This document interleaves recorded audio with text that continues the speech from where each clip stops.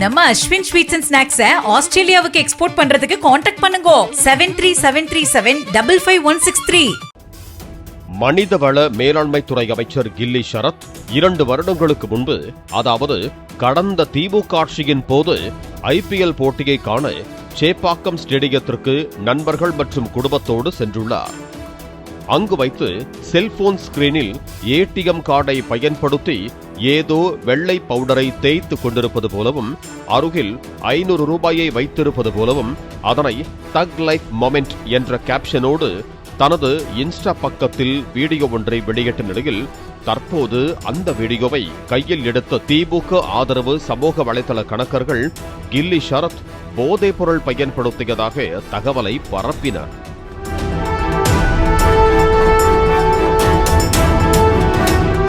இது சம்பந்தமாக அமைச்சர் கில்லி ஷரத்தும் அவரது மனைவியும் அது தங்கள் குழந்தைக்கான மாத்திரை எனவும், அதனை மருத்துவர் அறிவுறுத்தலின்படி பொடியாக்கி கொடுத்ததாகவும் விளக்கம் கொடுத்தனர்.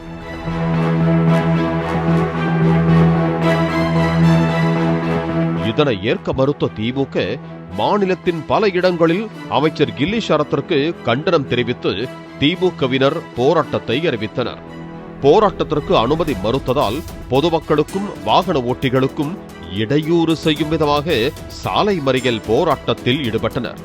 புரசைவாக்கத்தில் மறியலில் ஈடுபட்ட எம்எல்ஏ சேகர் பாபு, மேயர் பிரியா உள்ளிட்ட திமுகவினரை போலீசார் கைது செய்து வேனில் ஏற்றினர்.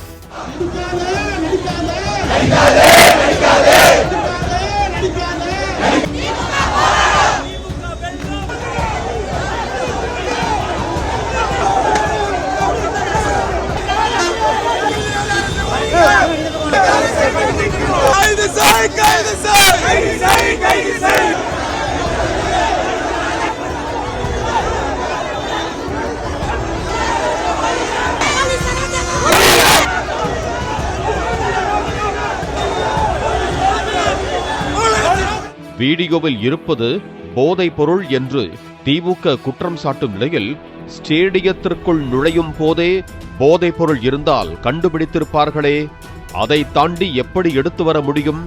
அப்படி எடுத்து வந்திருந்தால் கூட அவ்வளவு மக்கள் கூட்டம் இருக்கும் இடத்தில், கேமராக்கள் இருக்கும் இடத்தில் எப்படி துணிச்சலாக போதைப் பொருளை பயன்படுத்தி இருக்க முடியும் என்ற கேள்விகளை நெட்டிசன்கள் எழுப்பி வருகிறார்கள்.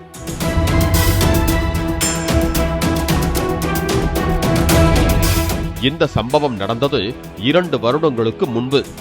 திமுக சொல்வது போல அது போதைப் பொருளாக இருந்தால் கூட அந்த வீடியோவை அவர் இன்ஸ்டாகிராமில் பகிர்ந்த போது, தமிழகத்தில் திமுக ஆட்சிதானே நடைபெற்றது, அவர்களது ஆட்சியில் இவ்வளவு எளிதாக போதைப் பொருளை பயன்படுத்தி விட்டார்களா என்றும், இல்லை அவ்வளவு எளிதாக போதைப் பொருள் கிடைத்ததா என்றும் கேள்வி எழுப்பும் தாவேக்க நெட்டிசன்கள், இது பற்றியெல்லாம் திமுக போராளிகள் ஏன் கேள்வி கேட்கவில்லை என கலாய்த்து வருகிறார்கள். அன்று ஷரத் விளையாட்டாக செய்த காரியம் இன்று வினையாக மாறிவிட்டது என்றும் சிலர் கருத்து தெரிவித்தாலும், சென்னையில் தங்களுக்கு தோல்வியை தந்த மக்களுக்கு இடையூறு செய்யும் விதமாகவே திமுகவினர் இதை பயன்படுத்தி மறியலில் ஈடுபட்டதாக தாவேக்கவினர் குற்றம் சாட்டுகிறார்கள். நம்ம அஸ்வின் ஸ்வீட்ஸ் அண்ட் ஸ்நாக்ஸை ஆஸ்திரேலியாவுக்கு எக்ஸ்போர்ட் பண்றதுக்கு கான்டாக்ட் பண்ணுங்க 7373755163.